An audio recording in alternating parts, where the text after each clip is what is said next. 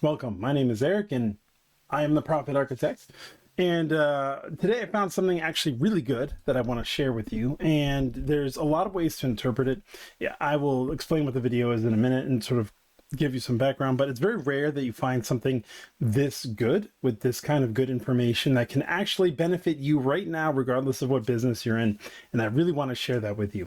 The reason why I know this is because I've been doing direct response marketing for over 20 years. I've helped lots of businesses, both small and large, international and local, go from below six figures to mid-high six figures, even gotten dozens of people over seven figures.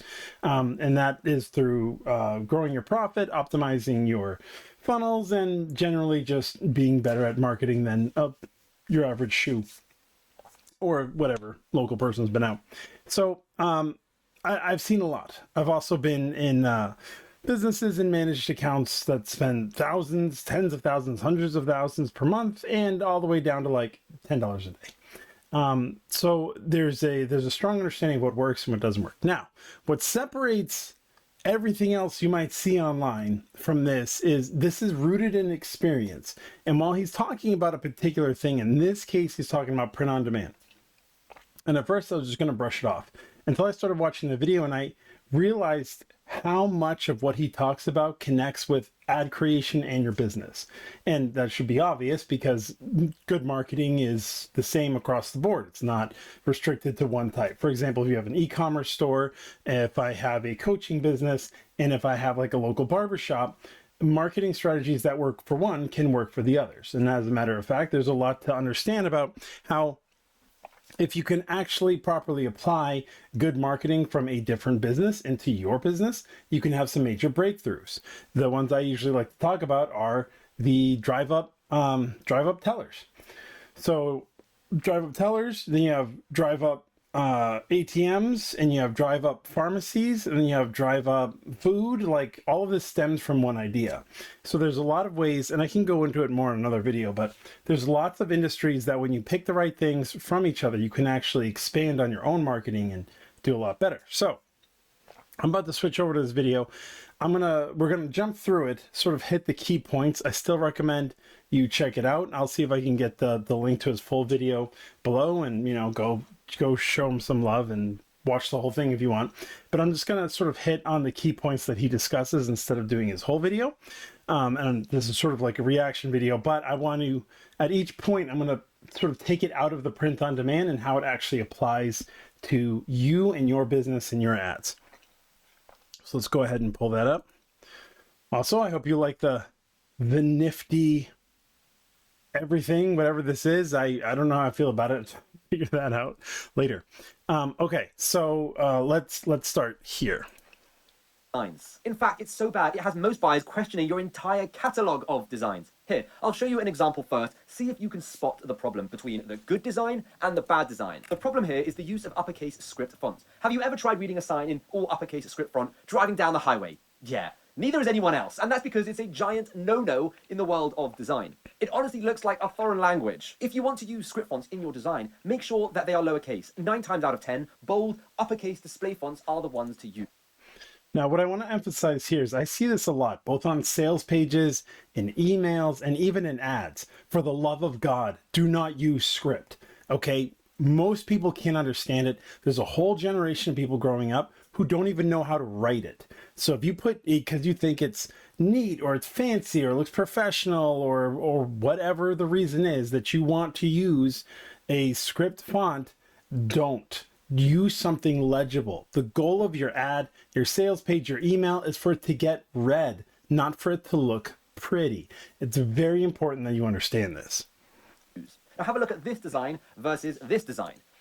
This is a very good example. If I showed you two ads, like if we imagine that these were ads, and the reason why I'll bring that up a lot is because print on demand, in this case shirts, he's done over like 10,000 shirts. Most of these shirts are sold by what the shirt is. So the whole ad is the shirt. So if you take that into context, if I see an ad and I've got the text that I see here on the left in script versus the text I see on the right, which one I'm actually going to stop and pay attention to? Probably the one I can actually legibly read.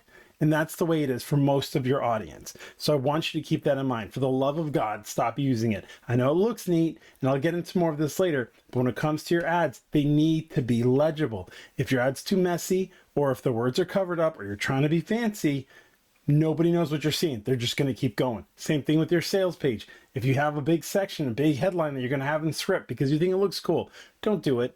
Nobody can read it. Okay? All right. So that was the first one. Let me jump to his next one. Any sales. Now, I've seen brand new sellers with less than 10 designs create best sellers simply by getting this one thing right, and that would be placements. What did you see when you looked at both of these designs? So this has to do with the structure of the print on demand shirt, right? Obviously, in this case, the one on the right, this one here, sold way better, which is what he's going to get into. And the one on the left did not. And that's because the one on the left is trying to be cute and fancy, and the one on the right is trying to send a clear message. Additionally, if you're not in graphic design or you haven't done design or anything like that, stay away from it. Stay in like a traditional lane of just here's the message. Don't get fancy with it. Don't create an image where you've got like text flying all over the place and arrows bouncing. No, nobody cares. It's really nobody cares.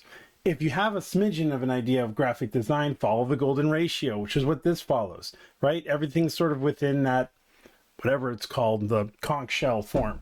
Whereas this is just a horrible, horrible mess. And out of the two, this one is more appealing. And ads and sales pages that are more appealing get clicked on and get paid attention to. The other ones do not. They're identical in every way, except for the way they have been placed on the t-shirt. One is an all-time bestseller, and the other is poop. And that's all you really need to know. Even if you're like, but I really like my design. Okay, but do you want your product to sell? Do you want to be able to get a lot of clicks, leads, conversions, whatever? Go with what works, not with what you like. All right. All right. So let's go on to the next one. $1,000 in their first few weeks, where other sellers with 2+ years of experience still struggle to make $50. The constant need to reinvent the wheel. Now this goes back to an earlier video that I just put out. I don't know, a short or a reel or whatever it's called, where I was discussing how if your sales are slow, go back and find what works and do that. This is very common. People will they will have something that works, and instead of sticking to it, they try something radically new. Or they're like, hey, this ad format works really well for this particular niche. They really like it. I'm going to do something completely different. I'm not saying you can't do that. I'm saying start with what works, which is what he says too. Don't reinvent the wheel. Don't come up with some new concept. Start with what works. I agree. Go with what works. When that comes down to it, a lot of times people will say, hey, should I start with image ads or should I start with video ads? Guess which one is much easier to do quickly? Image ads. And guess what you can do with image ads? Not do ridiculous fonts. Keep a good image where your message is clear and see if people click on it. And then you can move on to something more complicated like video. You don't have to make these things complicated. Most business owners, for whatever reason, think that if it's complicated, it works. It's always the other way around. The simpler it is, the more effective it is. Simplicity breeds success, right? If we overcomplicate something, it doesn't work. I can guarantee you, if you're a funnel hacker, if you're a whatever website digger or DM reverser or whatever it's called, you've probably ignored all of the really good stuff that works really well. And that's because the stuff that works really well is simple. Direct offer to a message. Message provides them the thing, and then ask them to move forward. Nothing fancy. No super cool automations. No CGI, AI, automated robot girl person that you spent, whatever. You don't need any of that crap. You really don't. Simplicity can breed success. You can bring that stuff in later if you really want to, but for now, keep it simple. All right. Then he talks a bit, blah, blah, blah, blah, blah, blah, blah. Like I said, the video is really good. I do recommend it too. All right. Here's the next point. Ultimately is holding them back. So let me ask you, are you afraid of using AI? And I know I just said don't do AI. And I had a video where I was like, please, for the love of God, don't do AI. In this case, what he's saying is people are scared to use AI for their business. And there's some people that are like that too. And it's not a bad idea to be hesitant to use it. It is a bad idea to not use it. And what I mean is AI can be used to increase the speed of efficiency. You can become way more productive. You can write content faster, blogs faster, posts faster. It's easier to come up with images or ideas. Use it as a sounding board, right? Bounce your ideas off of it and come up with some clever things that you can do. It's not meant to replace you. It's meant to make things easier. It's very important that you understand the difference between those two, okay? And if you're scared of it and think that you just won't use it at all, don't. There are people who are using it badly who will outpace you. If you know how to use it properly, you'll sweep the floor with them. I want you to think of each design element as a piece of Lego. Each piece needs to go if you want the overall design to look good. Now, in this chaos, we just so happen to have a fully built TIE fighter that shoots stuff. And we happen to have a fully built Lego uphouse. Now, these are sugar, it's all breaking. These are the... So this can be taken a few different ways. In his particular instance, when he's talking about pronoun demand, he basically wants you to match. things that we are going to use as an example in this part universe. Would you put a stormtrooper inside the uphouse, right? What universe would that go? And in what universe would you put Carl Fredricksen, as I said, Gramps, inside a TIE fighter? Right? It just wouldn't go. Now, I know this sounds like a really simple concept, but you'll be surprised how many people keep making this mistake. When creating your design, take a... So he's talking about designs. I want you to think of it a little differently. Still, you could look at it in two ways, and I've actually brought this topic up. I'll probably bring it up. I'll probably do a video on it as well. And this is what I call the apple oatmeal problem. Okay. Most ads start with something like, do you want apples? It is the thing the person is looking for. Yes, I want apples. But by the end of the process, from the ad to the sales page to checkout, they realize they're buying oatmeal and they don't want it. They bail out. Somewhere along the way, you made things very confusing and you promoted something on the ad and you showed them something else on the landing page and the checkout page, and they're done. This kills your sales. This is also true for color. So if you have like an ad that's bright yellow and pink and has like whatever, a hard colored font, and then they go to your page and it's blue and green and has scribbles on it, immediately red flags go off. And not because it's blue, green, and scribbles, although that'll send off other reasons, other flags that are going off. But in this case, it's because what they clicked on, what they saw and they clicked on, did not match what they immediately saw next. And that sort of causes a cognitive dissonance. So like, wait, I just saw that, and now I'm here, and it feels different. I don't think I clicked on the right thing, or I don't think I'm in the right place, and they bail out. So a lot of times you might have a very successful ad where you're getting lots of clicks, so lots of people clicking on the ad, lots of people coming through to wherever, your landing page or whatever, and then they don't do anything. And you think it's the ad's fault, when in reality you have this horrible mismatch between the two, between what they see in the ad and then what they see on the landing page. That needs to match. And additionally, it's the same sort of thing with, like I said, with the colors and the theme of the ad and the colors and the theme of the landing page also has to do with what it is you're selling, right? If you make it seem like, for example, they are going to get, we'll just stick with the apple, they're going to get an apple, and then you're trying to push like gallons of syrup on them as an upsell or as an order bump, it's very confusing. It doesn't match.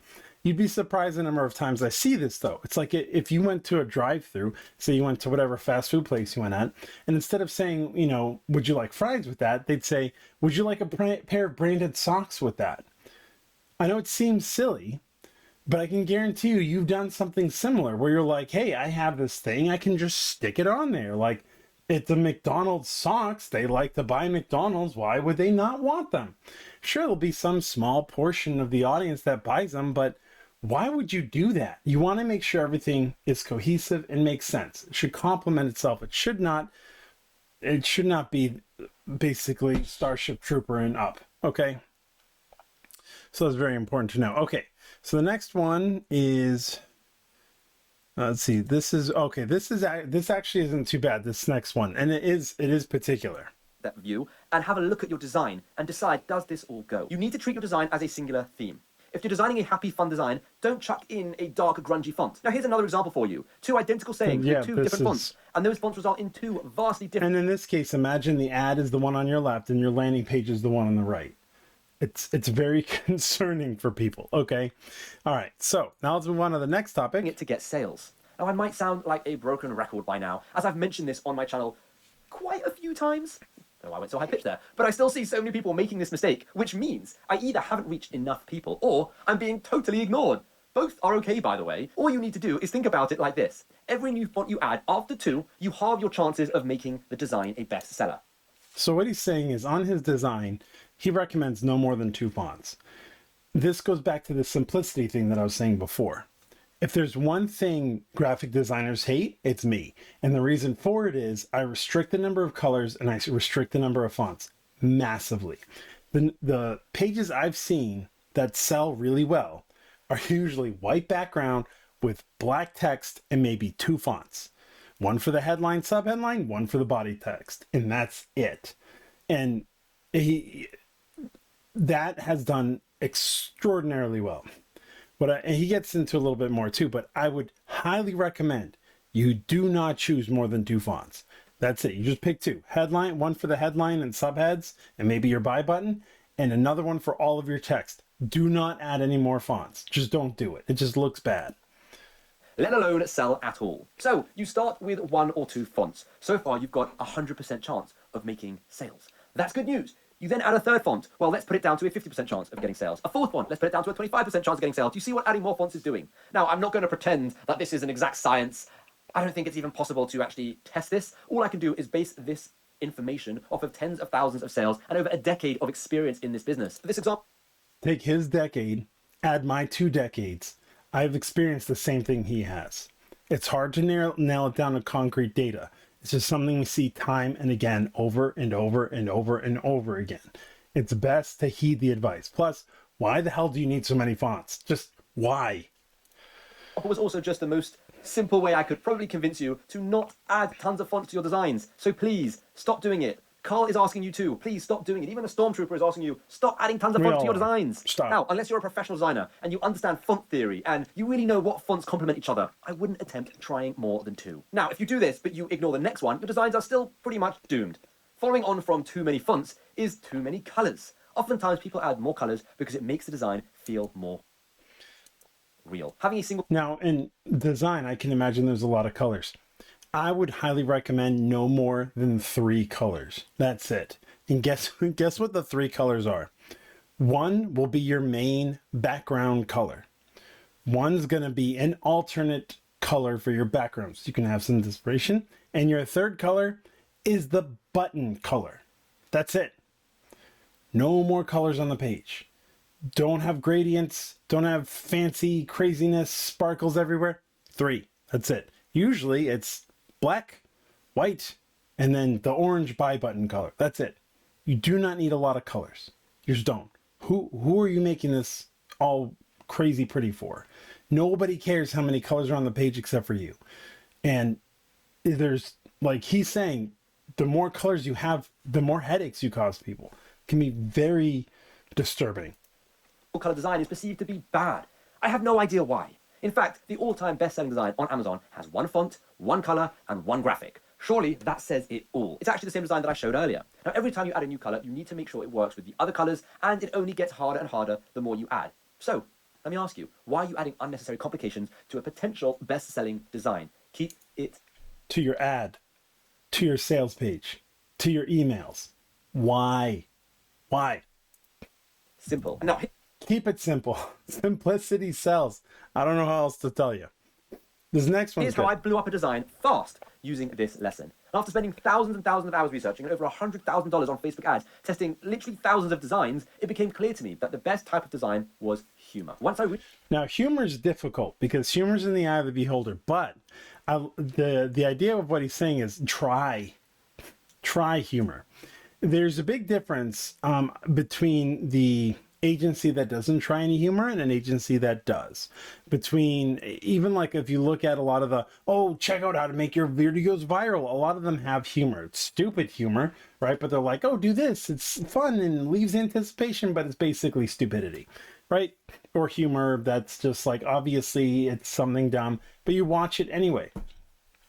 And that's just because people like humor, they enjoy things. And as I usually like to say, if you have 2 options and you're dealing with somebody who most people live, what's the phrase? Go through their life in quiet desperation, right? Who don't really experience too much joy in their day, kind of miserable, everything kind of sucks, like the world's ending, for the love of God, don't read comments, don't talk to people online, like there's a lot of not good. And then you come across an ad and the ad's like, hey, come buy my course thing, you'll make money. versus one where there's like some guy doing, I don't know, a backflip into explosive waters or whatever it is. Like, do you think Mr. Beast was the first person to create a video that made, that got people's attention or made them chuckle? Like, probably, but like from my experience, the first videos I ever saw that was like pre-YouTube was the penguin tripping another penguin. So that's like, if you go back into the ancient archives of the internet, there was those short clips that were, reels before they were reels or whatever they call them these days. And it was just stupid stuff, stupid humor stuff. And that's really what took off. Now, how do you do that with your design? Well, there is somebody who does, I wouldn't say a really good job, but he tries, and him trying makes him stand out. And that would be Billy Jean. I don't know if you ever heard of Billy Jean, but he helps local businesses and he has a bunch of courses and stuff. Anyway, he did this video. This is one of his more recent ones. He's done a Mafia one. He's done a Mario Kart one. He does stuff that he knows is amusing to him. And then he puts himself and his staff in it and they sort of recreate scenes. Now, on its own, it's kind of cringy, but it's also kind of humorous. And remember, you're trying to lift somebody's day up. So is there a show you've seen recently that's kind of popular? Is there something you can recreate that's obviously kind of silly, but will make you stand out? Those are things you should try and do. Like, it is 2024. Perhaps $1 billion, Dr. Negro? How about no, number 2.5? see, he's trying to be, obviously he's trying to get out of it, but it's one of those things where it's like, okay, he's obviously poking fun. It's kind of cringy, but it gets attention, right? Now, how effective it is for him, I don't know, but trying is worthwhile. If you look at any of those like viral commercials, like go viral, they all have the same sort of theme to them. They're kind of fun, silly nonsense. I'm not saying you have to get one of those packs. I am saying you need to try something, right? A lot of commercials that you may have seen that you might remember use humor. And that's a video for another time because sometimes they screw it up badly and sometimes they don't. But how can you put your message out and just be a little bit more humorous with it? I try to be a little silly with my videos. I probably do a horrible job, but at least I have a fern, right? So let's see.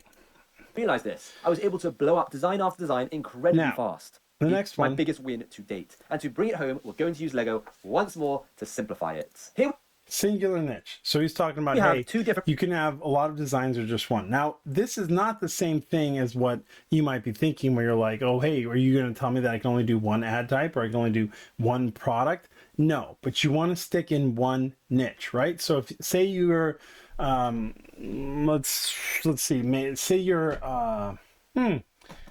so we'll say you're a local candy shop. We'll start here, right? If you're a local candy shop, do you want your ads just sort of talking about whatever candy promos you might be offering? Or are you going to stick to a certain theme of why they should get this? Like, hey, reward your kids good behavior, give your kids a reason to do their chores or something like that. Sort of stay in this sort of vein of niche advertising. If you are an information producer, like course creator, something like that, stick to one vein of knowledge, right? Like marketing is really good for me. Now, can I do copywriting? Yeah. Can I do email? Sure. Can I do ads? Of course. Like, can I do business growth? Yep. Business streamlining, hiring, firing. Like, yeah, I can do all of that. It doesn't do me any good to throw all of that out. Why? Because it's hard for people to understand what it is the hell that I do. Right? And the same thing goes for you. The worst things I've ever seen are the AI publisher things. So like AI publisher, put out 300 different types of books covering all spectrum of whatever nonsense. You'll make tons of money. On its surface, it's not a bad idea. The reality of it is you don't know what the hell you're talking about. You just don't. You're relying on AI to do it. Back in my day before AI, if you wanted to be an expert in something, do you know how many books you had to read to know more than the next guy? Before you say a lot, it was 3. 3. And I want you to think about that. How many books in your specialty have you read recently? I'm not talking about courses or whatever. I mean like somebody who bothered to put down a 400-page book and had it published and it's been out there. It might be 10 years old. It doesn't matter. But like how many of those books have you read? If it's about 1 or 2, that's about the same as everybody else. If you hit 3, you get into like the top 10%. Nowadays, it might be the top 30%. Okay? So it's just one of those things we have to realize that being a specialist in something wasn't hard. And even then, people didn't do it. Now we have AI. And people are like, well, why do I need to read books? I'll just ask AI all my questions. Yeah, you can do that, but I would do that on top of studying, on top of creating your own stuff to actually learn and understand the material so you can produce a better content. But you can really only achieve that one topic at a time, which is what he discusses here. And then he spends a bit of time on it. Now, this last thing is actually very important, although it's hard to sort of understand. They all have that same singular interest, that same thing in common. And having a high AOV, an average order value, is key when running ads to your store. Whereas someone who comes and buys this design might have no interest in any of the other colors. So a huge element that we haven't even considered yet is store 2 isn't trying to compete with huge brand names out there that mass sell all sorts of random designs like Zara and H&M, and instead can focus their budget on one segment of the market. Meanwhile, store 1 is competing with the big boys. And you have a look at all the Lego here. All we're doing is just pouring this right. And to illustrate what I mean, take a look at this picture. A pit of expensive ads trying to like Zara and H&M, and instead can focus their budget on one segment of the market. Meanwhile, store 1 is competing with the big boys. Right here. You have a look at all the Lego here. All we're doing is just pouring this Lego into a sea of competition, into a money pit of expensive ads trying to find their ideal customer. Now, none of what I've said matters if you get packaging wrong. All of this. So now he talks about packaging and how to, what I call it is how to stand out, right? So as you can see, I'm doing like fancy stuff in the video, but it's not just that. A lot of times it's delivery. So if somebody buys a product from you or enrolls in a free thing or engages with you, there should be a certain way that you respond to them, or a certain repetitive nature where they feel a certain way. A lot of times I say, okay, have you ever bought an iPad, and have you bought like an Android or a Samsung tablet? Outside of the cost, if you just look at the way they're packaged, it's massively different. The iPad feels like you're getting something from the future, and in my experience, the Samsung tablet feels like somebody spray painted on a cardboard box. Now, it doesn't diminish the quality of the product, but it diminishes the experience, and the experience translates to how people feel about the product. There's a reason why Apple dominated in the space and still continues to do so, even though you've had advancements in various Android devices. Hate it all you want, that's just sort of the reality. Like, okay, I understand you may not like iPhone, or you might love iPhone and get one new every year. It doesn't matter. What I'm saying is that the way they do their packaging and everything that they sell, from watches, earbuds, keyboards, computers, everything is very sleek. And it's designed to give you a certain experience. And somebody signs up for your thing, do they just get a thank you page like, thanks, we'll be in touch? Or do you take a few extra steps to make their experience feel better? One of the things I always say about, say you're doing a click to call funnel, and that's it for this video. Say you're doing a click to call funnel, which means you have an ad, and the whole goal of the ad is to get them to book an appointment with you. Most people, what they do is they either have a shitty calendar page, which is fine, because I understand you can't afford a software or whatever, so you just have a calendar page.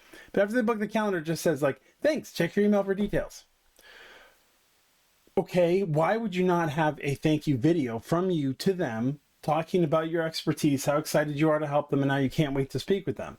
It may not seem like much, but just adding a couple of minutes of yourself talking to them about what they can experience, the people you've helped, how you look forward to helping them, that little bit of packaging on your offer goes a long way to getting people to actually show up to the call.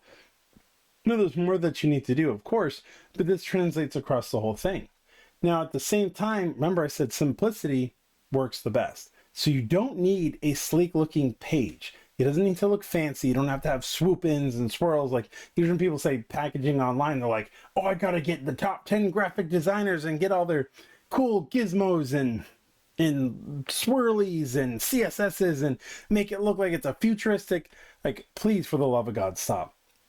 Most people want a concise experience that delivers what it is that they're asking to get and comes across in a friendly, easy to use manner.